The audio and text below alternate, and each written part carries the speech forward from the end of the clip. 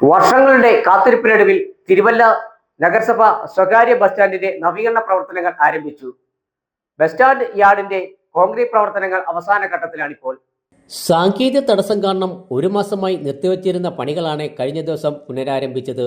തകർന്ന് തരിപ്പണമായി കിടന്ന bus stand സഞ്ചാരയോഗ്യമാക്കണമെന്ന യാത്രക്കാരുടെയും bus ജീവനക്കാരുടെയും നിരന്തരമായ ആവശ്യത്തെ തുടർന്ന് നഗരസഭ അനുവദിച്ച 30 ലക്ഷം രൂപ ചെലവഴിച്ച് 2 മാസം മുമ്പാണ് നിർമ്മാണം തുടങ്ങിയത്. കോൺക്രീറ്റിന് മുന്നോടിയായി തറയിൽ കമ്പി കെട്ടിയ ശേഷം ഒരു മാസമായി പണികൾ നിലച്ചു കിടക്കുകയായിരുന്നു. മഴക്കാലത്ത് TK റോഡിൽ നിന്നും ഒഴുകിയെത്തുന്ന വെള്ളം സ്റ്റാൻഡിൽ കെട്ടിനിൽക്കുന്നത് ഒഴിവാക്കും വിധമാണ് കോൺക്രീറ്റിംഗ് നടത്തുന്നത്.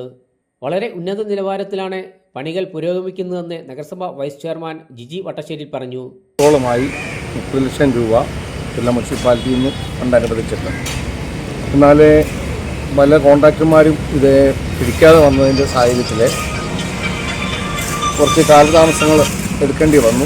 അതുപോലെ തന്നെ അത് കഴിഞ്ഞപ്പോൾ പിന്നെ മഴ, മെറ്റീരിയൽസ് കിട്ടാൻ പ്രയാസപ്പെട്ടു.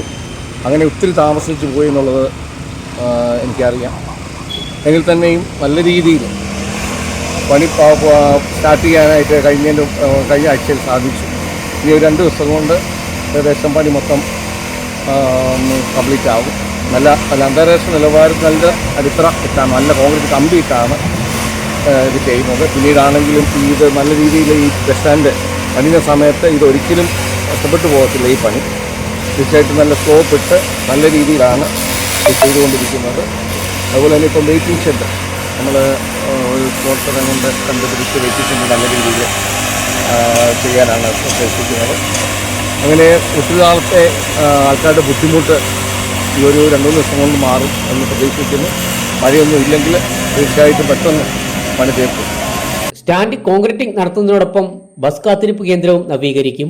2ാം ഘട്ടമായി സ്ത്രീകൾക്കും പുരുഷന്മാർക്കും ഉപയോഗിക്കുന്നതിനായി 2 ശുചിമുറികൾ നിർമ്മിക്കും. ദിവസവും 100ഓളം ബസ്സുകളാണ് ഇതുവഴി കടന്നു പോകുന്നത്. കോൺക്രീറ്റ് ഇളകി ഇവിടെ വലിയ കുഴികൾ രൂപപ്പെട്ടിരുന്നു. ഇത് യാത്രക്കാർക്കും ബസ് തൊഴിലാളികൾക്കും കുഴികൾ ബുദ്ധിമുട്ടുണ്ടാക്കിയിരുന്നു. News bureau, Thiruvalla.